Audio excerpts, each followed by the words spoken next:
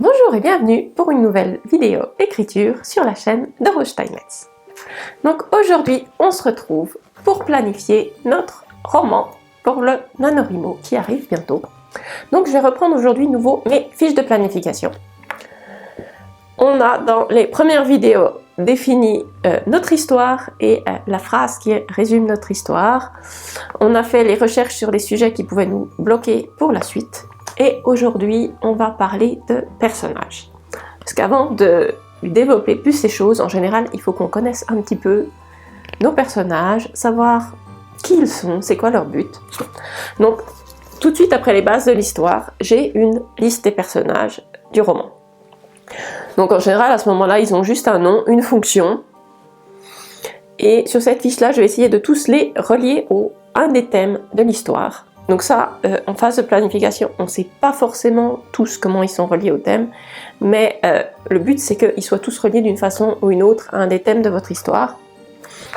Et ici, je référence la page de leur fiche personnage pour pouvoir les retrouver facilement. Donc comme ça, j'ai juste la liste de tous les personnages. Donc là, il y en a qui ont juste une fonction et pas encore de nom. Genre la mère de Julien, pour l'instant, elle n'a pas encore de nom. Donc ça, aujourd'hui, je vais donner des noms et remplir les fiches personnages. Donc les fiches personnages, elles ressemblent à ça. Donc pour les personnages principaux, j'ai une double page comme ça. Si vous voulez voir mes fiches, elles sont dans la newsletter auteur. La nouvelle fiche personnage d'ailleurs dans ma newsletter auteur depuis la semaine dernière. Donc si vous voulez la voir en vrai, elle est là. Dans ces fiches personnages, je vais d'abord commencer par mes personnages principaux, parce qu'en général, c'est le plus facile. Je vais leur donner un nom, un rôle dans l'histoire, un but, des qualités, des défauts et des compétences spécifiques. Donc chacun a des compétences qui vont être utiles à l'histoire. Donc c'est plus facile si on sait les compétences de tout le monde dès le début. Donc des fois, vous allez en trouver des nouvelles en cours d'histoire et puis vous allez les rajouter ici.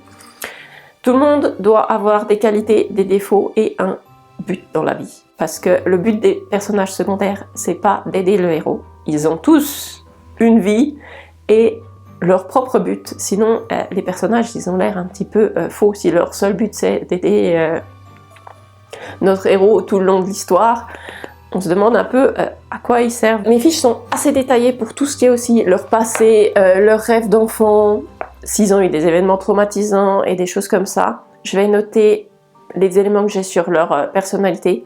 Donc en phase de planification, je remplis pas toutes les cases, je remplis celles que j'ai besoin. À moins que je bloque sur un personnage, où là, je fais une petite interview du personnage. Donc ça, si vous êtes bloqué sur un personnage, c'est quelque chose qui peut aider, c'est de faire... vous visualisez votre personnage et vous l'interviewez, vous lui posez toutes les questions de la fiche personnage et vous voyez comment il répond. Vous notez la façon dont vous le voyez, s'il a des tics de langage, sa façon de bouger. Vous apprenez le plus possible sur lui en faisant une interview fictive dans votre tête de votre personnage.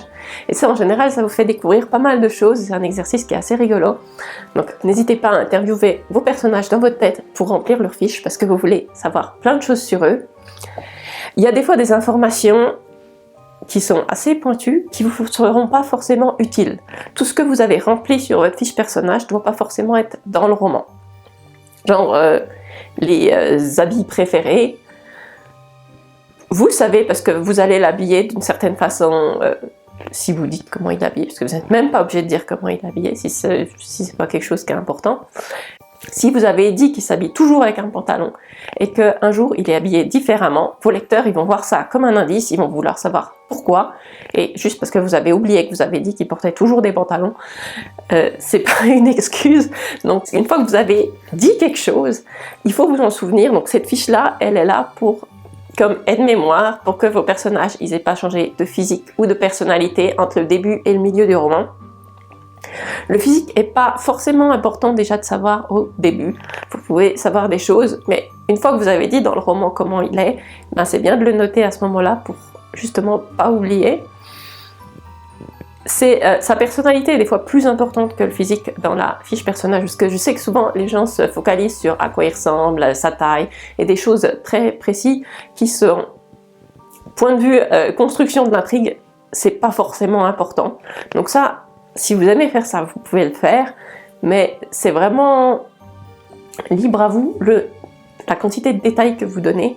C'est juste que pour la réécriture, je trouve que c'est là que ces fiches me servent le plus quand je réécris, parce que quand j'ai noté un truc très spécifique sur un personnage, je préfère le noter dans sa fiche, comme ça, eh ben, je me mélange pas les choses plus loin, et que on n'a pas oublié son événement traumatique du premier chapitre, et que on fasse quelque chose qui n'a rien à voir au milieu du roman, parce qu'on a oublié justement.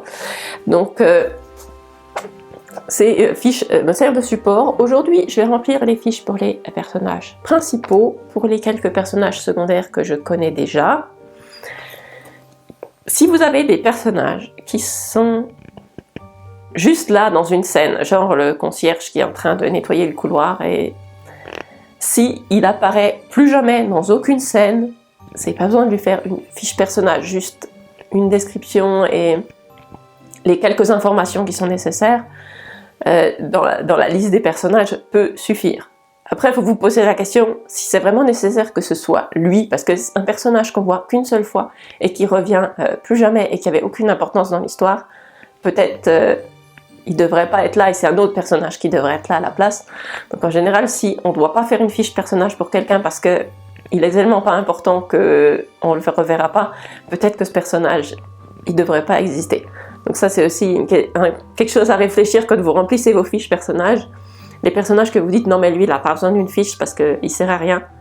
Là, s'il sert à rien, peut-être qu'il est remplaçable par quelqu'un qui a déjà une fiche personnage et qui sert à quelque chose. Donc ça c'est tout le genre de réflexion que vous pouvez avoir quand vous remplissez vos fiches.